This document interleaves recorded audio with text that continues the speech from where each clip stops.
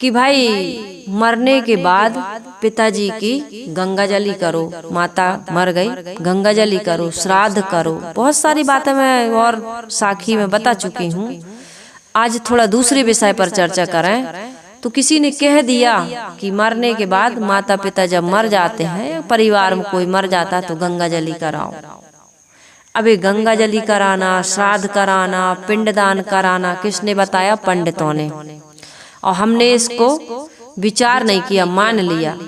अब मान लीजिए हम मरने के बाद में बूंदी खिलाएं, रसगुल्ला खिलाएं, गुलाब जामुन, नुक्ती, कुछ भी खिलाते हैं, उनकी नाम से थाली निकालते हैं, या उनकी हड्डियों को ले जाकर गंगा में विसर्जित करते हैं, या फिर 10 साल 5 साल बाद पिंडदान करने जाते हैं, तो इससे मरने वाले को क्या लाभ होता है बताइए? कभी हमने विचार नहीं किया।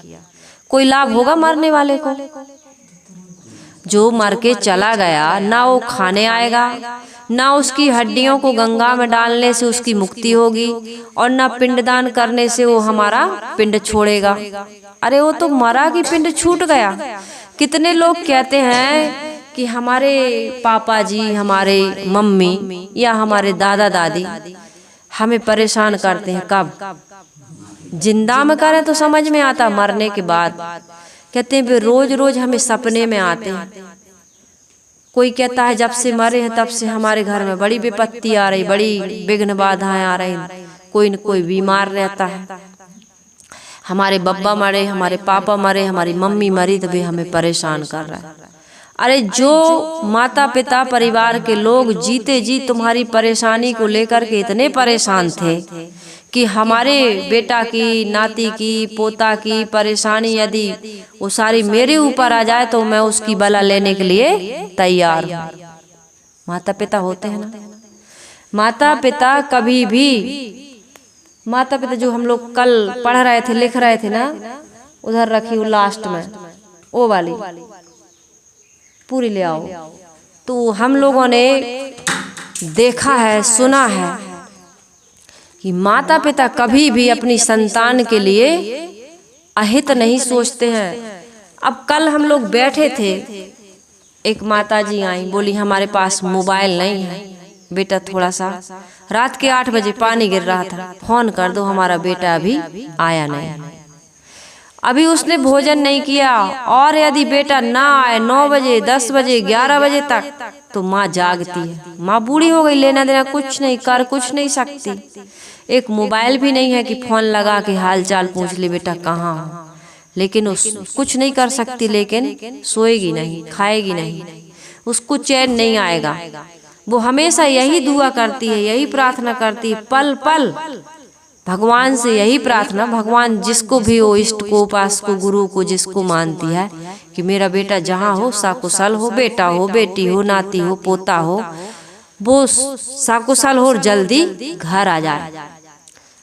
वो माता पिता मरने के बाद, वो दादा दादी मरने के बाद तुम्हें परेशान करेंगे जो जिंदा में तुम्हारी परेशानी से परेशान हो जाते थे। अब हमारी ये अकल देखिए, एक किसने कह दिया? पंडितों ने कह दिया कि वो तो प्रेत बन गए, वो तो भूत बन गए, वो तुम्हें परेशान कर रहा है। वो प्रेत भूत नहीं बने हैं, मर के चले गए तो उसको कहते हैं प्रेत आत्मा। और जो चले गए वो तो भूत हो ही गया, उस भूत बन गया ना। भूत काल, 3 काल होते हैं। अब इस बात को हम समझते नहीं, हम कहते हैं हमारे माता पिता भूत बन गए, और भूत बन के परेशान। यदि कौआ, गिलहरी या कुत्ता भोजन कर गया उस थाली का, तो कहते हैं हमारे देख पिताजी खा गए, मम्मी खा गए। तो तुम्हारे मम्मी पापा को तुम कुत्ता बिल्ली बना रहा है, कौआ बना रहा है, लेकिन हम विचार नहीं करते हैं। कहाँ करते हैं? इसलिए सदगुरु कबीर साहिब जी कहते हैं कि शब्द बिना सुरति आंधरी। सार शब्द के बिना हमारी सुरति जो है, हमारा लक्ष्य जो है, हमारा विवेक जो है वो भटक चुका है, खो चुका है। इसलिए हमारी सुरति, हमारा लक्ष्य हमने अपने से बहुत दूर कर दिया। इन्हीं भ्रांतियों में पड़े हैं। हमारी आत्मा हमसे, जो हमारे अंदर बैठी हुई है, आत्मा कहाँ बैठी है? इस शरीर के अंदर बैठी नहीं है। मैं ही हूँ जो मैं बोल रही हूँ, देख रही हूँ, सुन रही हूँ, सूंघ रही हूँ, चख रही हूँ, वो मेरा आत्म तत्व ही है जो ये सारे कार्य इस शरीर से, इस इंद्रिय से, इस मन से करवा रहा है। कौन करवा रहा है? Main switch. यदि शक्ति देने वाला है तो कौन है वो? मैं के रूप में वो बैठा हुआ है। मैं के रूप में बैठा है कि नहीं बैठा है? गीता में महाराज श्री कृष्ण कहते हैं, क्षेत्रों में क्षेत्रज्ञ तू मुझे जान। क्षेत्र कहते हैं खेत को और क्षेत्रज्ञ कहते हैं किसान को। इसी प्रकार से सभी देह के अंदर में जो देही है, आत्मा है, वो मैं ही हूँ। तो क्या कृष्ण बैठे सबके अंदर? उस रूप में जिसमें मानते उस रूप में नहीं बैठे। जो मैं के रूप में तत्व बैठा हुआ है वही कृष्ण है, वही राम है, वही ईश्वर है, वही अल्लाह है, वही गॉड है, वही खुदा है। ये तो नाम लेकर के हम झगड़ा करते हैं। कबीर साहिब जी ने जाति पाति को लेकर कहा, गहना एक कनकते गहना या मैं भाव न दूजा, कहन सुनन को दुई कर थापे एक नमाज एक पूजा, वही महादेव वही मोहम्मद ब्रह्मा आदम कहिए, को हिंदू को तुरुक कहावे एक जिमी पर रहिए। ये आत्मा के लिए भी है। सबके अंदर में कौन बैठा है? मैं तत्व के रूप में वही परमात्मा बैठा है। तुम चाहे ईश्वर का हो, अल्लाह का हो, खुदा का हो, गॉड का हो, कुछ भी कहो। गहना एक कनकते गहना या में भावना दूजा। सोना, कनक कहते हैं सोना को। सोना तो एक ही है। बिस्किट को आप देखिए, उससे आप जो भी बनाना चाहें, आप अलग अलग गहने बना लेते हो, लेकिन सोना की परिभाषा नहीं बदल है, तो सोना का ही। इसी प्रकार से हमने जाति पाति, हिंदू, मुसलमान, सिख, ईसाई या स्त्री या पुरुष, इस शरीर के हिसाब से, घट के हिसाब से, या जाति ब्राह्मण, क्षत्रिय, शूद्र या वैश्य, ये जो जातियां बनाई हैं, इसमें हमने भेदभाव किया। प्रकृति ने किसी प्रकार का भेदभाव नहीं किया है। शब्द शब्द सब कोई कहे, वो तो शब्द विदेह, और जिभ्या पर आवे नहीं निरख परख कर ले। तो मैं के रूप में जो बैठा हुआ है ना आत्मा, वो शब्दों से विदेह है। उसकी कोई शब्द से व्याख्या नहीं हो सकती है। उसको हम आंख से नहीं देख सकते, उसको हम मन से मनन चिंतन भी नहीं कर सकते। उससे बुद्धि से हम निर्णय करके उसका कोई नाम रूप या कोई किसी प्रकार की व्याख्या नहीं कर सकते, क्योंकि इन सबको सत्ता देने वाला वही है, मैं के रूप में। सबके अंदर सब कहते हो ना, मैं कहते हैं कि नहीं कहते? मैं ये काम करूंगा, मैं नहीं करूंगा, मैं ये मानता हूँ, ये नहीं मानता। वही मैं कौन है?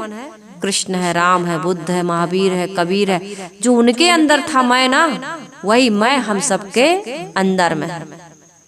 इसलिए ये भ्रम हमको डाल दिया कि हम तो कुछ नहीं, अल्पज्ञ हैं, कठपुतली हैं, किंचज्ञ हैं, कुछ भी नहीं कर सकते, अंश है, टुकड़ा है। कोई ईश्वर, कोई ब्रह्म परमात्मा कहीं बाहर से मिलेगा, एक कह दिया, भटका दिया, लेकिन ना किसी को आज तक महसूस हुआ, ना किसी को प्राप्त हुआ और ना होगा। ये सदगुरु कबीर साहिब जी कह रहे हैं कि शब्द बिना सुरति आंधरी, सार शब्द नहीं मिला। कहो कहाँ को जाए, कहाँ जाए आदमी शांति के लिए, ईश्वर के लिए, ब्रह्म के लिए, परमात्मा के लिए, क्योंकि बाहर कहीं है ही नहीं। न शांति है, न ईश्वर है, न ब्रह्म है, न परमात्मा है, न तृप्ति है, न संतोष है, न मोक्ष है, न कल्याण है, कुछ भी नहीं।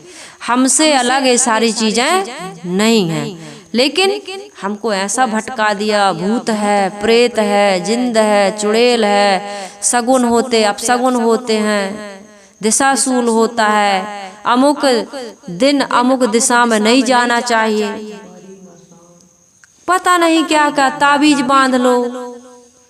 अभी बच्चा पैदा हुआ है, उसके गले में 4 ताबीज बांध देते हैं कि नहीं? छोटा सा बच्चा, उसको भूत प्रेत लगने लगे। ब्रह्म राक्षस गुरुदेव जी को लगा करता था, लेकिन जब से सदगुरु कबीर साहिब जी का ज्ञान मिला, ब्रह्म राक्षस कहाँ 9-2-11 हुआ पता भी नहीं चला। बैगा डर गया, बैगा झाड़ने वाला बोला, अब हमें आपसे डर लगता, हम आपके ब्रह्म राक्षस झाड़ने, अब आपको लगेगा भी नहीं। खुद उसने बैगा ने कहा अब नहीं लगेगा आपको। गुरुजी ने कहा क्यों नहीं लगेगा भाई?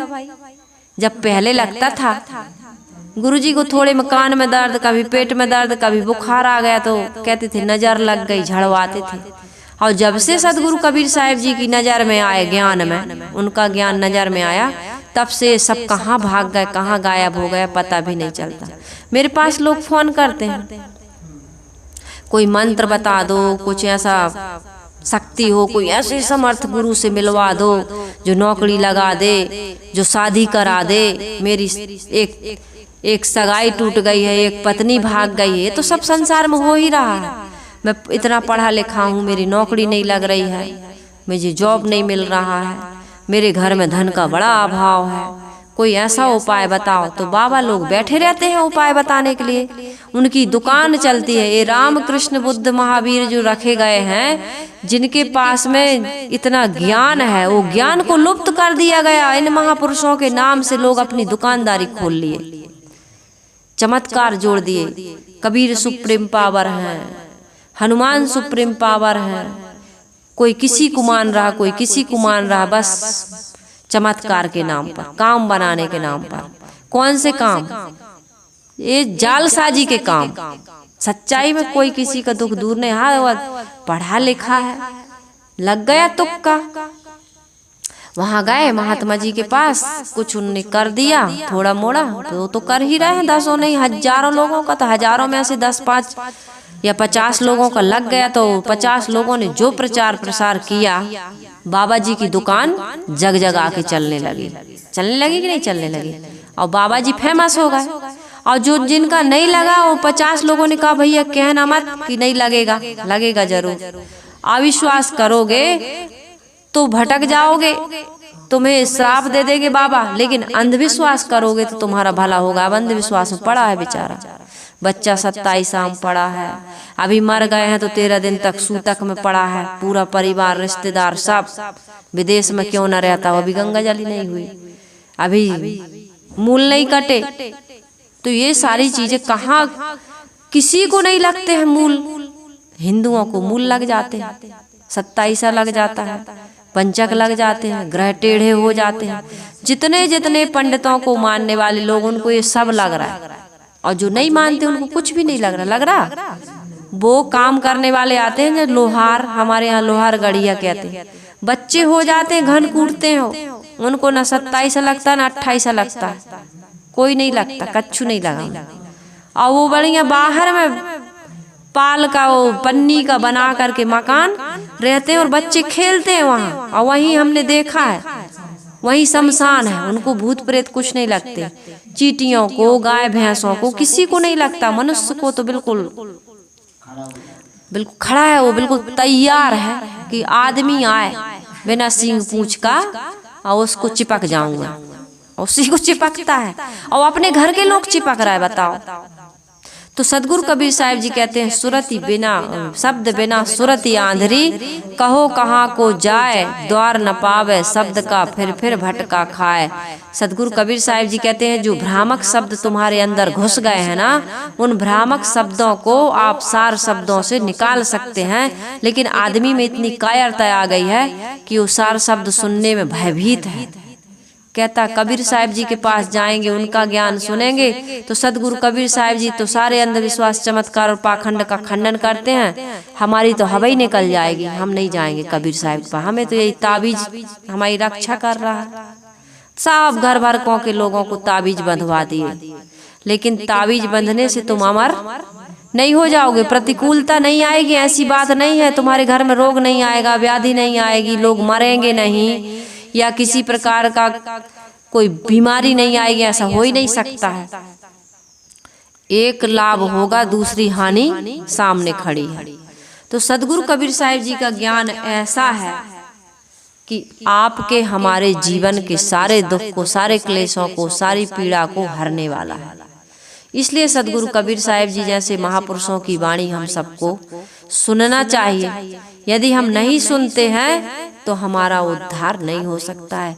ये मंत्र से, तंत्र से, ये किसी भी यंत्र से यदि हम सोचें कि मृत्यु ना हो हमारी, दुख ना आए, बुढ़ापा ना आए, रोग ना लगे, वियोग ना हो, तो ये संभव नहीं है। इसको सहने की शक्ति हमारे अंदर आनी चाहिए। ये कब आएगी? जब हमारे अंदर विवेक जगेगा, वैराग जगेगा, और ये संभव होगा गुरु के ज्ञान से। सदगुरु मिलने चाहिए।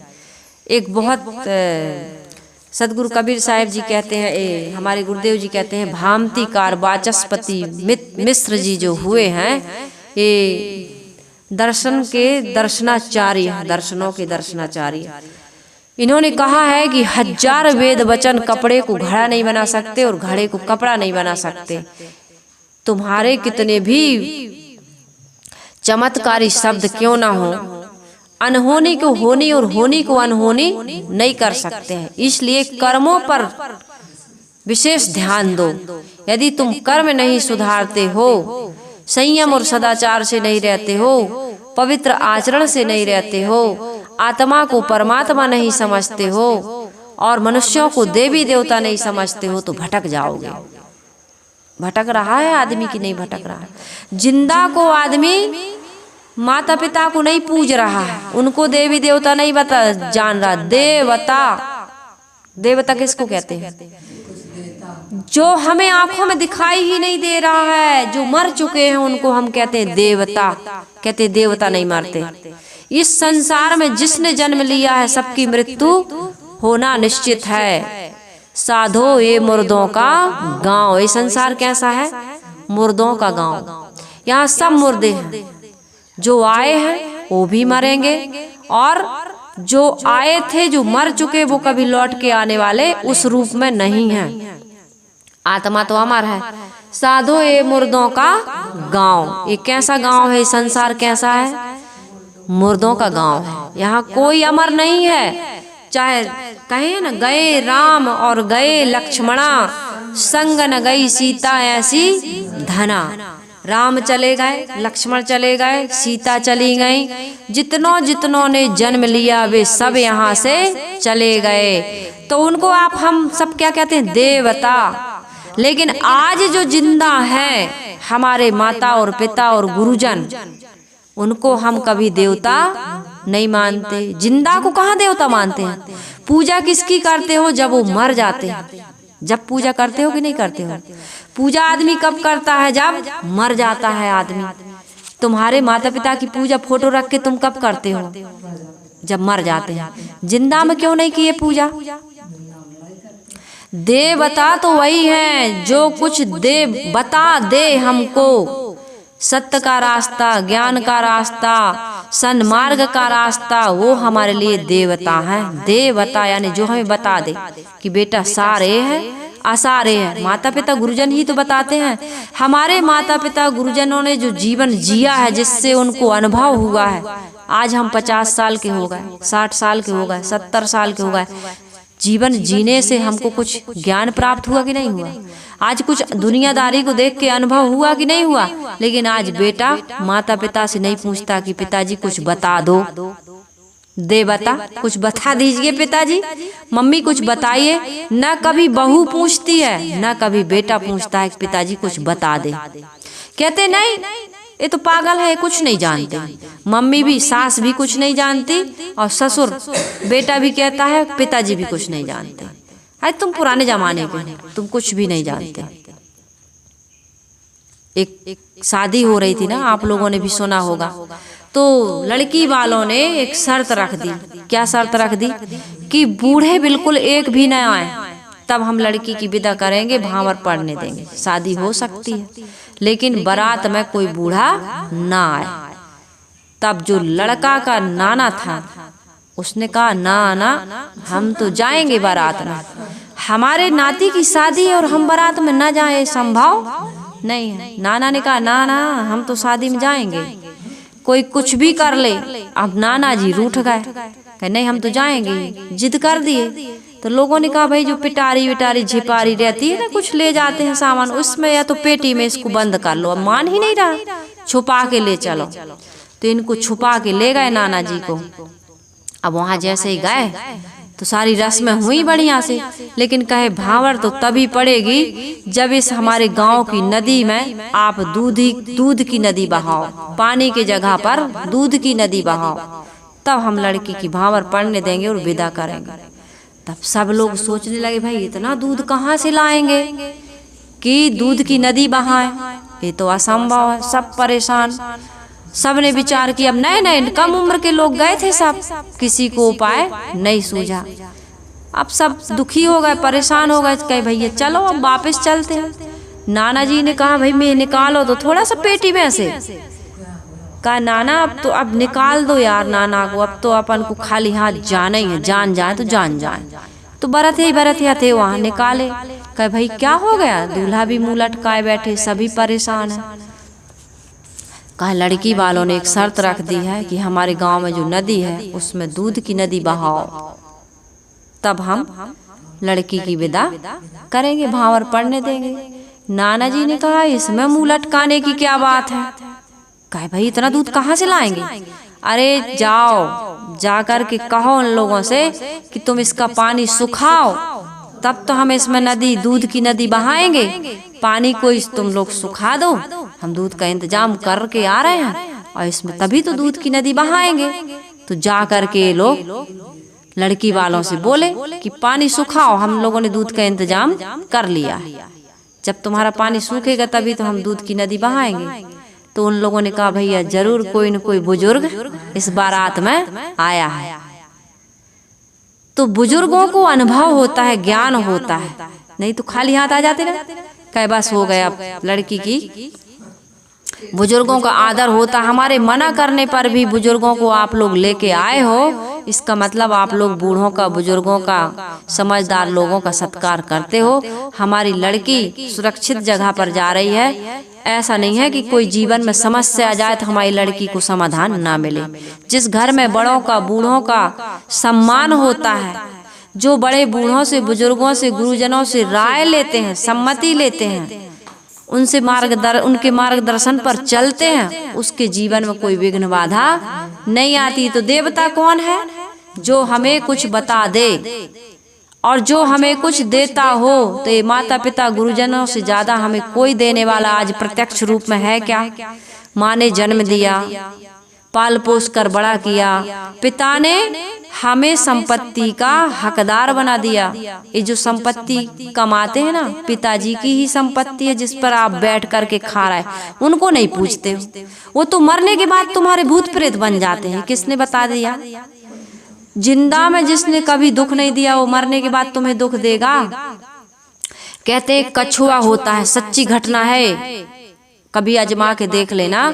कछुआ जो होता है उसको यदि आप भोजन दोगे ना तो खाने के लिए जो मुंह निकालता है और टेस्ट करके मुंह को अंदर कर लेता है, और दूसरा मुंह निकलता है उनके बच्चों का, और बच्चे भोजन करते हैं।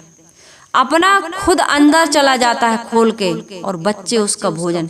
आज आपने चिड़िया को भी देखा होगा, सभी एक सरफणी ही ऐसी है जो अपने बच्चों को खाती, बाकी प्रकृति में कोई भी ऐसा मादा या नर नहीं होगा जो अपने बच्चों का भोजन का, निवाले का व्यवस्था ना करता हो। इसलिए किसी ने बहुत सुंदर कहा, यूं तो दुनिया में प्यार बहुत है, यूं तो दुनिया में प्यार बहुत है, हम किसी का भी हवाला दे सकते हैं। किसी का हवाला दे सकता है आदमी, अमुक आदमी बड़ा प्यार करता है, पर माँ बाप एक ऐसी हस्ती है जो मुंह का निवाला दे सकते हैं। माता पिता ही मुंह का निवाला देते हैं। इनसे बड़े देवता कहाँ मिलेंगे, इनसे बड़े देवता कहीं मिलेंगे। आज घर घर में माता पिता की सेवा होने लगे, पूजा होने लगे। गणेश जी को क्यों पूजते हैं लोग। अभी सबसे पहला त्योहार किसका आएगा बारिश में, गणेश जी का।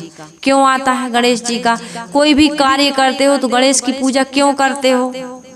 इसलिए अग्र पूजा के अधिकारी गणेश बने कि उन्होंने पृथ्वी की परिक्रमा नहीं की, ब्रह्मांड की परिक्रमा नहीं की, उन्होंने किसकी परिक्रमा की, अपने माता पिता की परिक्रमा की। क्योंकि हमारा इस पिंड को बनाने वाला कौन है, स्थूल रूप में पिंड को बनाने वाला कौन है, प्रत्यक्ष रूप में जो है उनको क्यों नहीं पूजते। इनको पूज लो, इनको सुखी कर दो, इनको संतुष्ट कर दो, तो फिर आपको 33 कोटि देवताओं को पूजने की जरूरत नहीं है। और जो हमारे घट में बैठा हुआ है आत्मा रूपी परमात्मा, इसके मार्गदर्शन में चलना सीख जाएं तो किसी परमात्मा की आवश्यकता हमको नहीं है। सदगुरु कबीर साहिब जी इसी देवता के बारे में बताते हैं। घट में है, गोस्वामी जी भी कह रहे हैं, घट में है सूझे नहीं। अरे लानत ऐसी जिंद और तुलसी या संसार को भयो मोतिया बिंद। ऐसी जिंदगी पर लाखों धिक्कार हैं। जो घट में बैठा हुआ है उसको नहीं पहचान रहा है और पेड़ पहाड़ पर्वत नदी तालाब कुएं में ढूंढ रहा है। कहाँ कहाँ ढूंढ रहा है आदमी, लेकिन मिलता नहीं है। मिलते नहीं हैं भगवान गुरु के बिना। चाहे नहाओ तुम गंगा जमुना और चाहे नहाओ हरिद्वार, गुरु के बिना कहीं भी चले जाओ, कुछ भी गीता पढ़ लो, रामायण पढ़ लो, भागवत पढ़ लो, कुछ भी कर लो, गुरु के बिना तुम्हें भगवान मिलने वाले नहीं है। इसलिए हमें हमारे गुरु भी रास्ता बताते हैं। पहले गुरु तो माता ही पिता है, दूसरे गुरु हमारे कौन है? सदगुरु, जो हमें सत्य का रास्ता बताते हैं। लेकिन बड़ा दुख के साथ और खेद के साथ कहना पड़ता है कि ये गुरु नामधारी बहुत भटका रहे हैं। गुरु नामधारी, वे गुरु नहीं है, वे गोरख धंधा मचाए हुए हैं। भगवान बाहर से मिलेगा। कहाँ है भगवान? कहाँ है भगवान? किसने देखा उस भगवान को? जो दिख रहा है उसको तो तुम सही ढंग से उसका उपयोग नहीं कर पा रहे, तो फिर वो जो दिखता ही नहीं उस भगवान को तुम कैसे खुश कर पाओगे? जिनके साथ रहते हो उस भगवान को, जो आत्मा तुम्हारे अंदर में बैठा हुआ उस आत्मा को तुम खुश नहीं कर पा रहे हो। जिस दिन दान करते हो, पुण्य करते हो, पवित्रता से रहते हो, उस दिन तुम्हारा मन आत्मा सब प्रसन्न रहता है कि नहीं रहता? और जिस दिन लड़ाई झगड़ा झूठ व्यभिचार चोरी हिंसा हत्या कुछ भी कर लेते हो, तुम्हारी आत्मा तुम्हें कचोटती है कि नहीं कचोटती? फिर भी मुर्गा खाए जा रहे हो, मछली मार मार के। अभी देखो बारिश में बाढ़ आई है, सब बैठे हैं नदी नाला तालाब के किनारे, बगुला और वो सब फैल है। आदमी बन गया पता नहीं क्या क्या। 4 सुअर बताती ना हमारी सुचेता साहब। एक सुअर तो क्या है? मछली है भाई, जो जल की करे सफाई। और दूसरा सुअर मुर्गी है भाई, जो घर आंगन की करे सफाई। और तीसरा सुअर है भाई, जो मैदान की करे सफाई। और चौथा सुअर मनुष्य है भाई, जो इन तीनों की करे सफाई। आदमी ऐसा सुअर बन गया है कि बताइए, वो मछली को, मुर्गी को और सुअर को भी खा जाता है। क्या क्या खा रहा है? अरे मुर्गी के अंडे को खा जाता है, जो मुर्गी का क्या है? गर्भ भ्रूण नहीं है, जिसमें बच्चा किससे बनता है नहीं जानते हो? इतने निर्लज्ज हो गए हो। किससे बनता है बच्चा? रज और वीर्य से। कितनी गंदी चीज है, और उसी को खा जाते हो तुम। राक्षस से गए बीते हो, पता नहीं कैसे होते होंगे राक्षस। मुझे तो जिंदा राक्षस यही लोग लगते हैं, है कि नहीं? तो सदगुरु कबीर साहब जी कहते हैं कि भाई शब्द बिना सुरती आंधरी, कहो कहाँ को जाए, और द्वार न पावे शब्द का, फिर भटका खाए। आदमी कितनी बार आ चुका है इस संसार में, भटक के जा रहा है। इसलिए यदि भगवान को चाहते हो तो सदगुरु की शरण में जाओ। मिलते नहीं हैं भगवान गुरु के बिना, मिलते नहीं हैं भगवान गुरु के बिना। गंगा नहा ले चाहे यमुना नहा ले, गंगा नहा ले चाहे यमुना नहा ले चाहे हरिद्वार, गुरु के बिना नहा ले चाहे हरिद्वार बिना। मिलते नहीं हैं भगवान गुरु के बिना। मंदिर में जालो चाहे मस्जिद में जाले, मंदिर में जाले चाहे चारों धाम, गुरु के बिना जाले चाहे तू चारों धाम, गुरु के बिना मिलते नहीं हैं भगवान गुरु के बिना। गीता पढ़ो चाहे रामायण पढ़ ले, गीता पढ़ो चाहे रामायण पढ़ ले, चाहे पढ़ ले तू सब पुराण, गुरु के बिना मिलते नहीं है भगवान। गुरु के बिना चाहे तो तुम 100 माला जप लो, रोज 100 माला जपो। चाहो तो तुम 100 माला जप लो, चाहो तो तुम 100 धूनी रमा लो। चाहे तुम ले लो सन्यास, गुरु के बिना मिलते नहीं है भगवान। ने गुरु के बिना मिलते नहीं है भगवान। ने गुरु के बिना भगवान कहीं बाहर नहीं है, हमारे ही अंदर है। और यही सच्चे गुरु वही हैं जो ये बता दें कि बेटा तुमसे दूर तुम्हारा लक्ष्य नहीं है। मेरे से मेरा लक्ष्य कभी अलग नहीं हो सकता, और अलग है तो मिलकर के फिर अलग हो जाएगा। वो हमेशा के लिए मुझे मिला नहीं रह सकता है, लेकिन मेरा अपना आत्मा, अपनी स्थिति, मेरा मोक्ष, मेरा कल्याण, मेरी सुख, मेरी शांति मेरे पास है। लेकिन आज तक मुझे दूर बताया, इस कारण से मैं भटक गया, भटक गई। सदगुरु कबीर साहिब जी के शब्द बताते हैं, उनका ज्ञान बताता है कि तुम भ्रामक गुरुओं से बच कर के रहो, तुम्हारा ईश्वर ब्रह्म परमात्मा तुम्हारे ही पास है।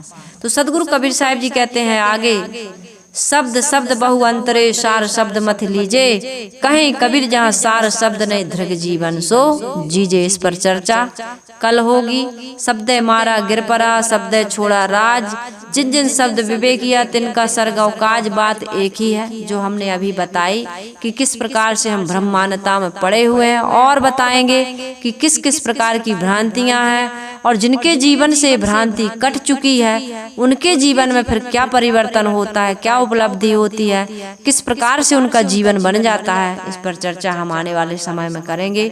अभी वाणी को यहीं विराम देते हैं। आइए हम सभी लोग गुरु वंदना कर लें।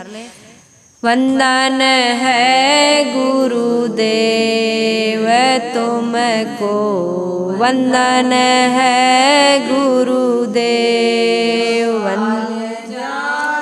के फंदा भारी, काल जाल के फंदा भारी, परख लखायो भेव।